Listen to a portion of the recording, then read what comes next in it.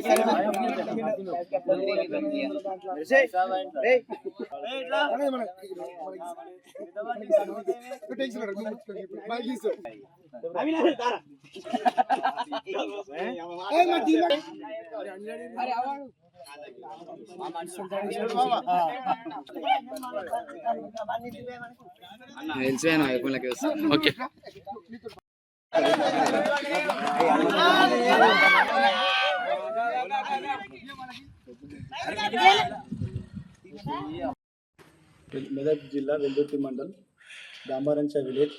ఇక్కడ స్కూల్లో అంత చెత్త అది ఉండే డోజర్ ట్రాక్టర్ పెట్టి వార్డ్ నెంబర్ ఉప సర్పంచ్ గారు అంతా క్లీన్ చేయడం జరిగింది.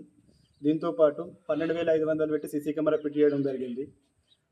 అలాగే ఈ టోర్నమెంట్ 3 రోజులు క్రికెట్ పెట్టడం జరిగింది పిల్లలకు. ఈరోజు ప్రైజులు కూడా ఇవ్వడం జరిగింది గెలిచిన వారికి. ఇది మేము చేసుకుంటూ వస్తున్నాం. వార్డ్ నెంబర్లు 9 మంది ఉప సర్పంచ్ గారు కలిసి ఇదంతా చేయడం జరిగింది.